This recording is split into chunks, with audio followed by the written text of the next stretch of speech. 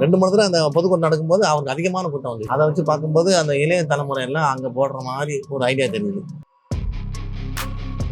என் பேரன் 7 வயசு 9 வயசு பேத்தி இருக்காங்க. சரி, விஜய் தவிர வேற யாரும் போடக்கூடாது கையெடுத்து சத்தியம் வாங்கியிருக்காங்க. விஜய் வந்து நல்ல ஆளு. ஆனா அவர் வந்து இடைஞ்சல் பண்ணிட்டே இருக்கிறாங்கண்ணா. ஆனா பிரியா விட்டாங்க நிச்சயம் ஜெயிச்சே காட்டிடுவாங்க. திராவிட முன்னேற்ற கழகம் ஈஸியா ஜெயிக்கும். இன்னைக்கும் இறுதியா ஜெயிச்சிருவாங்களா? ஏன்னா விஜய் அவர்கள் களத்துல இருக்காங்க. இருந்தாலுமே ஒன்றும் பிரச்சனை. விஜய் தாங்க எப்பவுமே.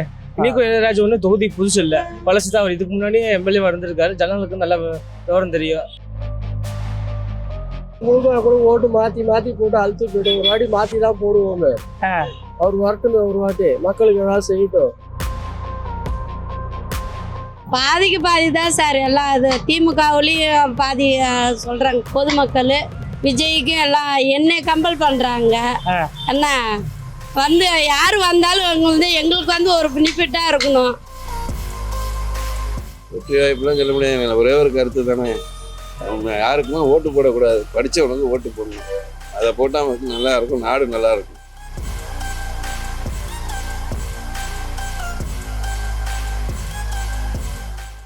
தமிழக வெற்றி கழக தலைவர் தளபதி விஜய் அவர்கள் திருச்சி கிழக்கு தொகுதியில் வேட்பாளராக களமிறங்குறாரு. இந்த தொகுதியில் வந்து பார்த்தீங்கன்னா ஆல்ரெடி எம்எல்ஏ இருந்தவர் திமுகவில். இன்றைக்கும் இறுதியராஜா அவர்கள் வந்து மீண்டும் அவருக்கு வாய்ப்பு வழங்கப்பட்டு அவரும் களத்தில் இருக்கார். அதிமுக தரப்பில் ராஜசேகர் அவர்கள் இருக்காங்க. இப்போ கிழக்கு தொகுதி வந்து விஜய் அவர்கள் இருப்பதால் வந்து ஸ்டார் தொகுதியாக மக்கள் மத்தியில் பரபரப்பாக பேசப்படுது. இந்த தொகுதியில் உண்மையிலே யாருக்கு வெற்றி வாய்ப்பு இருக்குது அப்படின்றத நம்ம வந்து மக்கள்கிட்ட கேட்டு தெரிஞ்சுக்கலாம். இப்போ நம்ம இந்த வந்திருக்க இடம் பார்த்தீங்கன்னா விஜய் அவர்கள் வந்து திருச்சியில் வந்து முதலாக மீட்டிங் போட்ட இடம் தான். அந்த எம்ஜிஆர் சிலை அருகே தான் வந்திருக்கோம். இந்த பகுதியிலேருந்து நம்ம வந்து மக்களிடம் வந்து கருத்துக்களை கேட்கலாம். யாருக்கு வெற்றி வாய்ப்பு கிழக்கு தொகுதியில் இருக்குது அப்படின்றத வாங்க. திருச்சி கிழக்கு தொகுதியில் இப்போ இத்தனை வருஷமா இல்லாத ஒரு வருஷம் இந்த வருஷம் வந்து சட்டமன்றம் வந்து சந்திக்குது. ஒரு நட்சத்திர தொகுதி இந்த ட்ரிப்பு பார்க்குறோம். முதல்ல நடிகர் விஜய் அவர்கள் வந்து இந்த தொகுதியில் நிற்கிறாரு. முதல்ல அரசியல் பயணத்தை வந்து தொடங்கணும்னு சொல்லி பிள்ளையார் சொல்லி போடணும்னு சொல்லி இங்கே நிற்கிறாரு.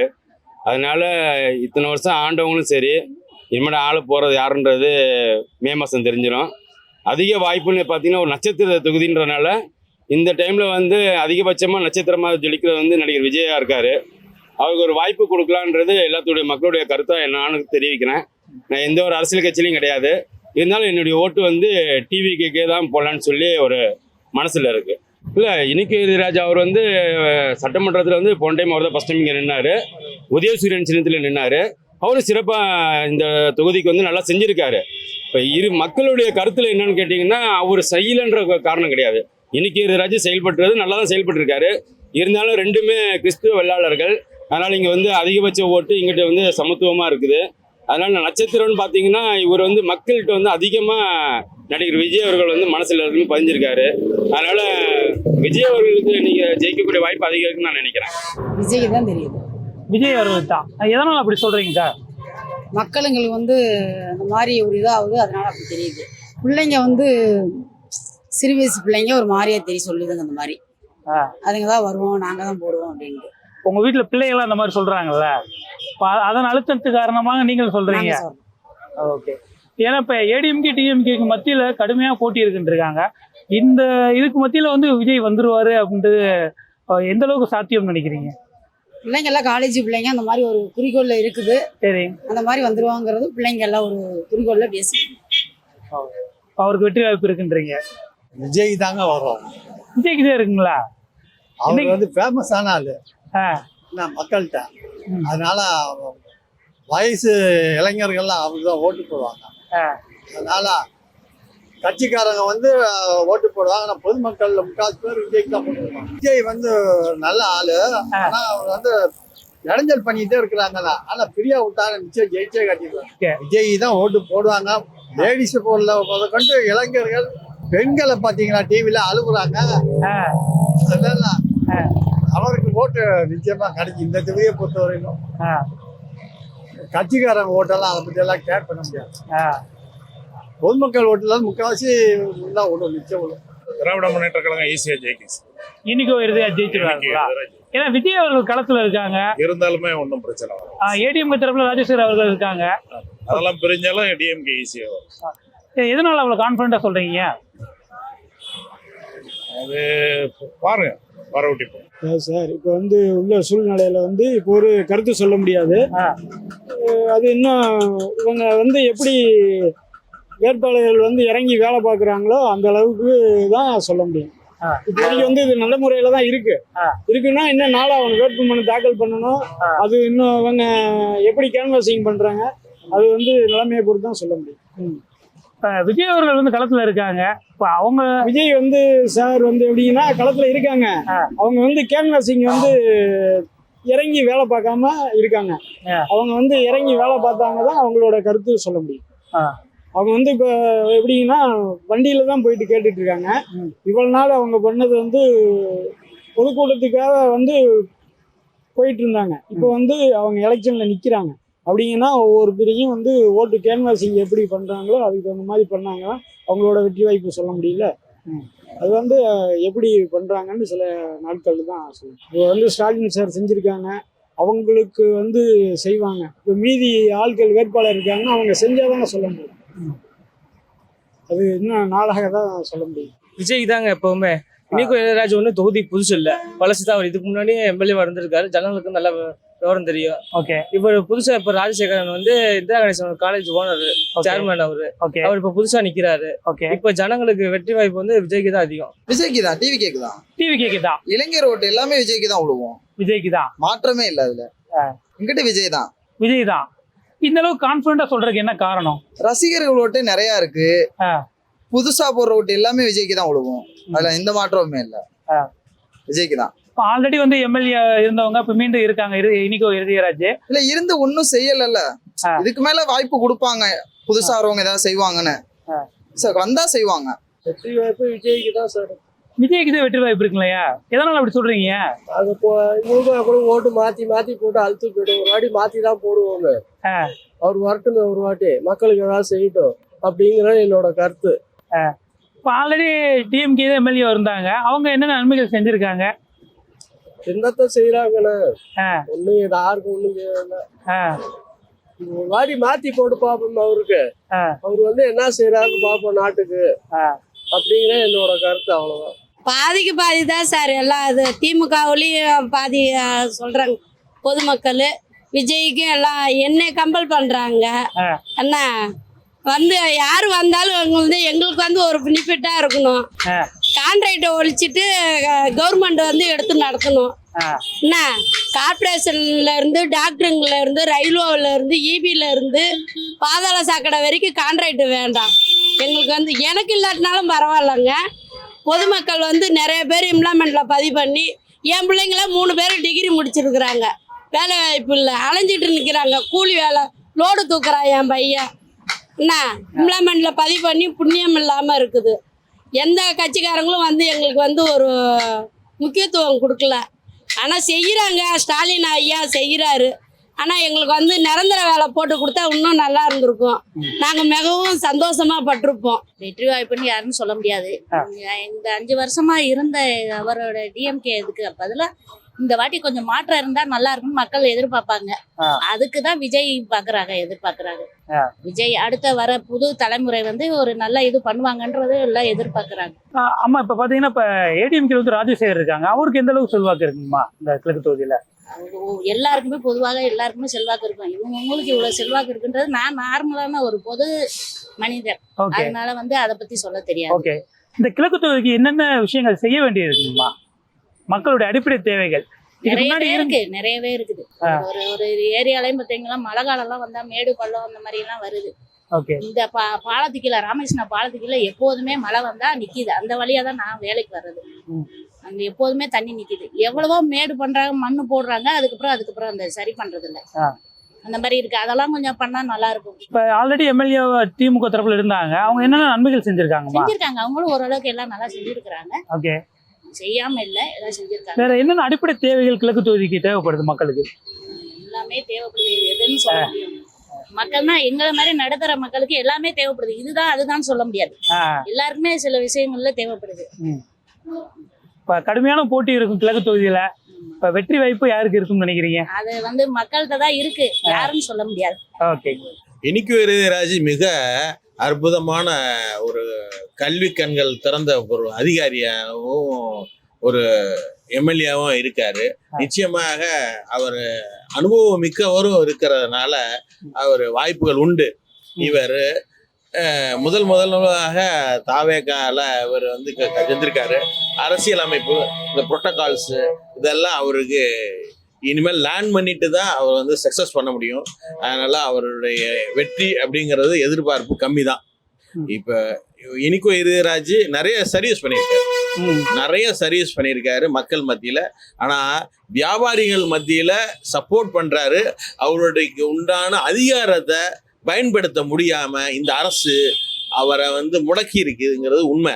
காரணம் என்ன, வியாபாரிகள்லாம் ஒரு நியாயமான வாடகை 6 ரூபா இருந்தது, 6,000 ரூபா இருந்த வாடகை திடீர்னு ஓவர் நைட்டில் 60,000 ரூபா கொடுங்கன்னு சொல்லி கடையை சீல் வச்சு அத்தனை 10,000 பேரோட வாழ்வாதாரத்தை வந்து நடுத்தரில் நிப்பாட்டின இந்த அரசு அதை கண்டிச்ச இந்த இனிக்கு இருதயராஜா வன்மையாகவும் அவங்க தண்டிச்சிருக்காங்களோ என்னமோ தெரியல. அவரால் இந்த செயலும் செய்ய முடியாமல் தவிச்சிட்டு இருந்திருக்காரு. ஆனால் மன வேதனையிலையும் இருந்திருக்காரு. ஆனால் எல்லா வியாபாரிகளும் மிகவும் பாதிக்கப்பட்டிருக்காங்க இந்த அரசுனால. இதனுடைய உள்ளாட்சித்துறையினுடைய அமைச்சர் வந்து அது சற்று கவனத்துல எடுத்திருந்து இதை வந்து மறுபரிசீலனை செய்து 6 ரூபா 6,000 ரூபா அப்படிங்கிறத இருந்த வாடகையை வந்து திடீர்னு 60,000 ரூபா உயர்த்தி வந்து எல்லா வியாபார பெருமக்களுக்கும் மிகப்பெரிய துன்பத்தை கொடுத்திருக்காரு. ஏடிஎம் தரப்புல ராஜசேகர் அவருக்கு எந்த அளவுக்கு வெற்றி வாய்ப்பு இருக்கு? ராஜசேகர் கொஞ்சம் ஓரளவு இருக்காரு. பட் அதை பத்தி கருத்துக்கள் தெரிவிக்கிறதுக்கு நான் விரும்பப்படவில்லை. இந்த எங்களோட கிழக்கு தொகுதியில இனிக்கு இருதயராஜுக்கு மிக பிரகாசமா இருக்கு. வெற்றி வாய்ப்புகள் நிச்சயமா இருக்கு. அதுல ஒன்றும் மாற்றம் கிடையாது. அவருடைய செயல்பாடுக்கு இந்த அரசு உறுதுணையா இல்லை அப்படிங்கறதா உண்மையான நிசப்தமான உண்மை. ஓகேங்க. அவருடைய கிழக்கு தொகுதிக்கு வேற என்னென்ன அடிப்படை வசதிகள் தேவைப்படுதுங்க மக்களுக்கு? மக்களை பொறுத்தவரையிலும் டிவைடருக்கு உண்டான மரச்செடிகள் வைக்கல, அதை வைக்கணும். அதாவது அங்கங்க வந்து கழிவு நீர் அது செய்ய வேண்டிய இது செய்யப்படவில்லை, அதை செய்யணும். பொதுமக்களுக்கு குடிநீர் வசதி கம்மியா தான் இருக்கு, அதை செய்யப்பட வேண்டும். அது தவிர வியாபார பெருமக்களுக்கு இந்த ஏரியால வியாபார பெருமக்களுக்கு மிகவும் பாதிச்சிருக்காங்க. சாலையோர வியாபாரிகளுக்கும் சரி, நிரந்தர கடை வைத்திருக்கின்ற மாநகராட்சி கடை உரிமையாளர்களுக்கும் மிகுந்த பாதிப்பு பட்டிருக்காங்க. வரி ஏற்பு, அதிகமான வரி ஏற்பு. 6,000 ரூபா இருந்த கடைக்கு திடீர்னு 60,000 ரூபா ஒரு நைட்ல கொடுங்க அப்படின்னு சொல்லி 3 வருஷத்துக்கு முன்னாடி நாங்கள் ஏற்றிட்டோம் அப்படின்னு சொல்லி என்காஸ்மெண்ட் அமௌண்ட்டை போட்டு அவங்கள திட்டத்திட்ட பல லட்சம் ரூபாய்க்கு கடங்காரனை ஆக்கி கிட்டத்தட்ட 1 கோடி 2 கோடி 50 லட்சம் 60 லட்சம் அப்படிங்கிற கடனை உடனே வாங்கி அவங்க வந்து கடை திறக்கிற சுச்சுவேஷன்ல சீல் வச்சு அவங்கள இது பண்ணி வச்சிருக்காங்க. அதெல்லாம் வந்து அராஜகம் பண்ணிருக்காங்க. இதெல்லாம் இந்த அளவுக்கு நீங்க ஏடிஎம் டிஎம்கே மேல கடுமையா குற்றச்சாட்டு சொல்றீங்க. இப்ப மீண்டும் எப்படி அவங்களுக்கு மக்கள் மத்தியில வாய்ப்பு கொடுப்பாங்க இருதயராஜ் அவர்களுக்கு? இருதயராஜ் ஒரு நல்ல மாமனிதர், சர்வீஸ் பண்ணணும்னு நினைக்கிறாரு. பட் அவர் அதிகாரத்தை வந்து துஷ்பிரயோகம் பண்ணிட்டாங்கிறதா எங்களுக்கு தெரியுது. ஓகே, இப்ப நீங்க சொல்றீங்க அது அவங்களுக்கு சரியான அந்த அதிகாரத்தை வந்து பயன்படுத்த விட மாட்டாங்கன்றாங்க. இப்ப மீண்டும் அவர் இதெல்லாம் தாண்டி அவர் களத்துல நிற்கிறாரு. நிச்சயமாக. ஏன்னா ஓராண்டு இல்ல, இந்த கடந்த பிரிடு முழுக்கும் அவர் அனுபவம் பெற்றிருக்காரு. இந்த தடவை அவருடைய அதிகாரத்தை அவரே வாங்கிடுவார், மீட்டெடுப்பாரு. அதிகாரத்தை பறித்த அமைச்சர் நிச்சயமா தோல்வி அடைவார். இப்படிலாம் சொல்ல முடியாது. ஒரே ஒரு கருத்து தானே, அவங்க யாருக்குமே ஓட்டு போடக்கூடாது, படிச்சவனுக்கு ஓட்டு போடணும். அதை போட்டா மக்கள் நல்லா இருக்கும், நாடு நல்லா இருக்கும். ஏதோ கலெக்டர் ஓட்டு போட்டு போங்க, எல்லாம் அந்த தொகுதியில் அவங்க கலெக்டருக்கு ஓட்டு போட்டு அப்பதான் நாடு உருப்படி. படிக்காதவங்க கொள்ளையை அடிச்சு வச்சுட்டு எல்லாத்தையும் எல்லா அரசியல்வாதிகளும் அப்படிதான் பண்றாங்க. அதான் இப்ப புதுசா வந்து மட்டும் நான் செய்யணும். இப்ப இந்த அளவுக்கு ஒரு ஆதங்கமா சொல்றதுக்கு என்ன காரணம் மெயினா? இல்ல, உங்களுக்கே தெரியுமே நடப்பு தான் எப்படி இருக்குன்னு உங்களுக்கே தெரியுமே. நான் என்னது புதுசா சொல்றது, இதெல்லாம் வச்சுதான் எப்படி இருக்குன்னு தெரியும். வீட்டு வரையில எல்லாமே இருக்கு. கலெக்டர்னா கலெக்டர் போடுவேன், இல்லைன்னா யாருக்குமே ஓட்டு போட மாட்டாங்க. இல்ல நல்ல மனிதெல்லாம் யாரும் இல்லைங்க இங்க. ஆண்டவனுக்கு தாங்க தெரியும். அது யாருக்கு வெற்றி வர வாய்ப்பு வருதுன்னு ஆண்டவனுக்கு தான் தெரியும். அது மனுஷனுக்கு ஒன்றுக்கும் தெரிய மாட்டான். சரிங்களா? எல்லாம் பத்தி நல்லா மக்களை எவன் பாக்குறானோ அவன் ஆண்டவன் பார்த்துக்குவான். பார்த்துட்டு தானே இருக்கிறான் அவன். அதனால அவன் இறங்கி வந்து பார்க்க மாட்டானா? ஏன் முருகன் வரமாட்டானா? ஏன் சிவன் வரமாட்டானா? கடவுள் எந்த கடவுளும் வரமாட்டான். ஏன் விநாயகர் வரமாட்டாரா? நான் கும்புற சாமி ஏதாவது ஒரு சாமி வந்து காப்பாத்துங்க, அந்த நம்பிக்கை நான் இருக்குங்க. நான் யாருக்கு ஓட்டு போடுவேன்னு எனக்கு சொல்ல முடியாது, அது என் உரிமை. சரிங்களா? ஆனா ஓட்டு போற டைம்ல யாருக்கு போடணுமோ கடவுள்கிட்ட நான் அச்சனை கேட்டுருவேன், யாருக்கு போடணும்ட்டு. அவர் யாரு போட சொல்றாரோ நான் போட்டுருவேன். சரிங்களா? அவர்கிட்ட நான் ஒப்படைச்சிருவேன். மக்களை காப்பாத்துறது அவர் பார்த்துக்குவாரு, நம்மளுக்கு தேவையில்லாதுங்க. இப்போ பார்த்தீங்கன்னா கிழக்கு தொகுதியில் வந்து டிஎம்கே தரப்புல இனிகோ இறுதியராஜ் இருக்காங்க, ஏடிஎம்கே தரப்புல ராஜசேகர் இருக்காங்க, இப்போ விஜய் அவர்கள் களத்தில் இருக்காங்க. யாருக்கு அதிக செல்வாக்கு மக்கள் மத்தியில் இருக்கு? செல்வாக்க விடுங்க, மக்களை எவன் மதிக்கிறானோ அவனை பாருங்க, அவ்வளவுதாங்க. இப்ப நீங்களே இருக்கீங்க, ஒரு நல்லதுக்காக வந்து பண்றீங்க, நியூஸ் எடுக்கிறீங்க, நல்லதா எடுத்து விடுறீங்க. நான் வந்து எப்படி தெரியுமா, நானும் இங்க பாருங்க எல்லாம் ஆடி வந்தவன் தான். இப்ப நான் வந்து ஒரு செக்யூரிட்டி வேலைக்கு போயிட்டு இருக்கிறேன், வாட்ச்மேன் வேலைக்கு போயிட்டு இருக்கிறேன், ஏதோ கடவுள் புண்ணியத்துல. அவ்வளவுதாங்க. யாரு நல்லது செய்யறாங்களோ அவங்களுக்கு வரும். இதுல என்ன கிடையாது, யாருன்னு நம்ம இப்ப பிரிச்சு சொல்ல முடியாது. சரி, வரவங்க வருவாங்க. யார் நல்லது மக்களுக்கு செய்யறாங்களோ அவங்க வருவாங்க. நம்ம இவங்கதான் வருவாங்க, அவங்கதான். அவ்வளவா ஒன்னும் கருத்து கணிப்பு ஒன்னும் தெரியல. இன்னும் தெரியல. தெரியும், இதுக்கு தெரியும். விஜய் அவர்கள் களத்துல இருக்காங்க. அதனால இன்னைக்கு திருச்சி கிழக்கு தொகுதி ஸ்டார் தொகுதியா மாறி இருக்கு. சரியா? இப்பதானே நிக்கிறாரு. அதுக்கப்புறம் தான் மக்கள் மனசுல என்ன தோணுதோ அப்படிதான் செய்வாங்க. சரி, அப்படிதான் நடக்கும். நம்ம சொல்லி யாரும் இது ஆக போறது இல்ல, வருவாங்க, அவ்வளவுதான். நம்ம வேற எதுவும் கடுமையான போட்டி இருக்கு. அதனால இவங்கதான் வருவாங்க, அவங்கதான் வருவாங்க நம்ம சொல்ல முடியாதுல்ல.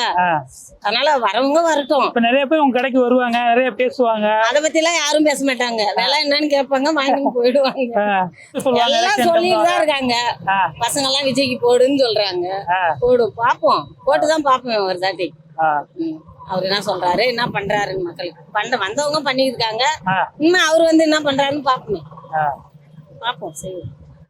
வெற்றி வாய்ப்புகள் வந்து ஓட்டுகள் சிதற முதல்.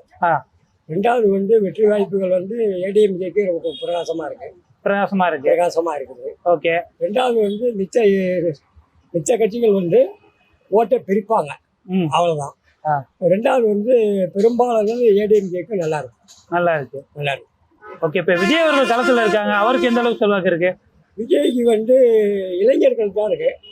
அது வந்து கேண்டிடேட் வந்து வந்து கேண்டிடேட்டு நல்லபடியாக இருந்தாக்கா நல்லா இருக்கும் எல்லாமே. விஜய் வந்து இங்கே ஜெயிச்சாக ஓரளவுக்கு இது பண்ணுவார். இருந்தாலும் வந்து 2 தொகுதியில் நிற்கிறனால ஏதோ ஒரு கேன்சல் பண்ணிடுவாங்க. அப்படிங்கும் போது இங்கே அவர் வேஸ்ட்டு தான். அதாவது 2 தொகுதினா ஒன்று கேன்சல் பண்ணுவாங்கன்றாங்க. ஏன் கிழக்கு தொகுதி தான் கேன்சல் பண்ணுவாருன்னு நீங்கள் நினைக்கிறீங்களா? அப்படி இருக்க வாய்ப்பு இல்லை. ஏன்னா அங்கே மேலத்துல இது பண்ணுவாங்கல்ல, யோசனை பண்ணி தானே செய்வாங்க. திமுக எந்த அளவுக்கு வெற்றி வாய்ப்பு இருக்குன்னு ஆல்ரெடி எம்எல்ஏவும் இருந்திருக்காங்க. ஓட்டுகள் சிதறும், ஓட்டுகள் பழைய ஓட்டுகள், கட்சி ஓட்டுகள் அதோட ஆல்ரெடி இருக்குது. ஓகே, அதனால ஒன்றும் ப்ராப்ளம் இல்லை. இருந்தாலுமே இப்போ புது ஓட்டுகள் வந்து விஜய்க்கு போறதுனால கொஞ்சம் டஃப்பாக தான் இருக்கும். இன்னைக்கும் அவர்களுக்கு இருக்கு வாய்ப்பு இருக்கு. சரி, ஆனாலும் விஜய் நிக்கிறதுனால விஜய்க்கு வாய்ப்பு கன்ஃபார்ம் இருக்கு. இல்ல, அவரு கெச் பண்ணதே இங்க லேடிஸ் ஓட்டு அதிகம்ன்றதுனால தான் அவர் கெச் பண்ணிருக்காரு. ஓகே, அதனால அவருக்கு தான் வாய்ப்பு இருக்கு. லேடிஸ் ஓட்டு அவருக்கு மெயினா உண்டு. ஓகே, விஜய்க்கு தான் வாய்ப்பு இருக்கு. காரணம் ஒண்ணும் இல்ல, அவர் ஒரு நடிகர். அவர் நடிகரா இருக்கிறதுனால அவருக்கு எல்லாருக்கும் தெரியும். இளைஞர்கள் ஓட்டு ஜாஸ்தி அவருக்கு உண்டு. ஒரு மாற்றம் வேணும்ல, மாற்றம் இது வரைக்கும் கொடுக்கல, இப்ப கொடுக்கலாம்ல. அதனால ஆல்ரெடி திமுக இருந்திருக்காங்க, அவங்களும் ஓரளவுக்கு நல்லது செஞ்சிருக்காங்க. அது நான் குறை சொல்ல, கன்ஃபார்ம் விஜய் நிக்கிறதுனால தான் அது டஃபா போகும். ஓகே, விஜய்க்கு கொஞ்சம் வாய்ப்பு இருக்கு. இப்ப கிழக்கு தொகுதியில அவருக்கு வெற்றி வாய்ப்பு இருக்கு. திருச்சி கிழக்குல கண்டிப்பா. டிஎம்னா அவங்க டிஎம்கே வந்துட்டு இத்தனை வருஷமா இருந்தாங்க. ஆனா இப்ப வந்துட்டு ஒண்ணுமே சரி கிடையாது. சரி, திருச்சியில எதுவுமே கிடையாது, எல்லாமே மாறிடுச்சு. தலைவர் வந்தா, டிவிகே வந்தா நாங்க வந்து கொஞ்சம் இதா போட்டு தோணுது. புதுசா வந்தா நல்லா இருக்குங்க. புதுசா வந்தா மாறும் எல்லாம். வெற்றி வாய்ப்பு விஜய்க்கு தான் அதிகமா இருக்க மாதிரி இருக்கு.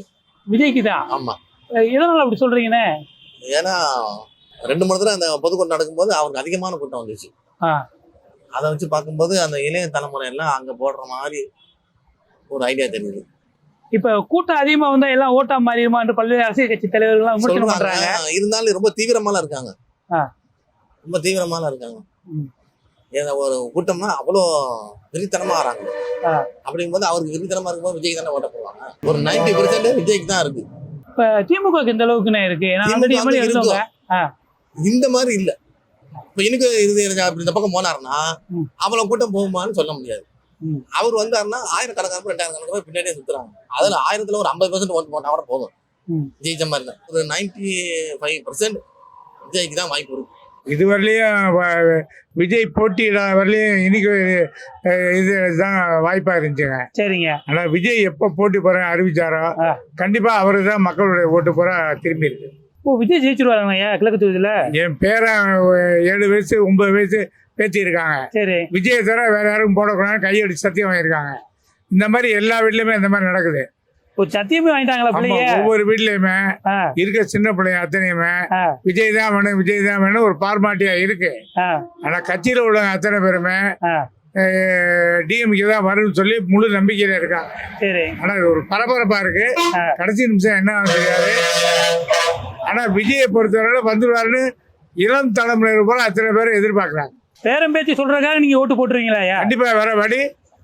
அது எந்த வழியும் சொன்னா கேட்காத. தண்ணி மருந்து கொடுக்கணும் கொடுக்காது. வீட்டுல இருக்க வேலை வாங்குற பூரா அத்தனையுமே அவங்கதான். அதனால அவங்க பேச கேட்கலாம் ஒண்ணுமே ஆகாது. உண்மை. என்ன உங்களுக்குன்னு ஒரு தனிப்பட்ட கருத்து இருக்கும்ல? எந்த தனிப்பட்ட கருத்தும் ஜெயிக்காது சார். உள்ளக்குடிய சொல்றதான் ஜெயிக்குது. இளந்தலைமுறை சொல்றதான் ஜெயிக்குது. இளந்தலைமுறை அத்தனை பேருமே டிஎம்கே தான் சொல்லிக்கிறோம். நாங்க சின்ன பிள்ளையா இருக்கோம் இல்லையா? எனக்கு வயசு 80 சரி. நாங்க இன்னமும் டிஎம்கே அனுதாபி தான். கட்சிக்காரர் கிடையாது, அனுதாபி. சரி. ஆனால் இப்போ உள்ள ட்ரெண்ட் ஒரு 4 நாள்ல மாறிடுச்சு. அதான் உண்மை.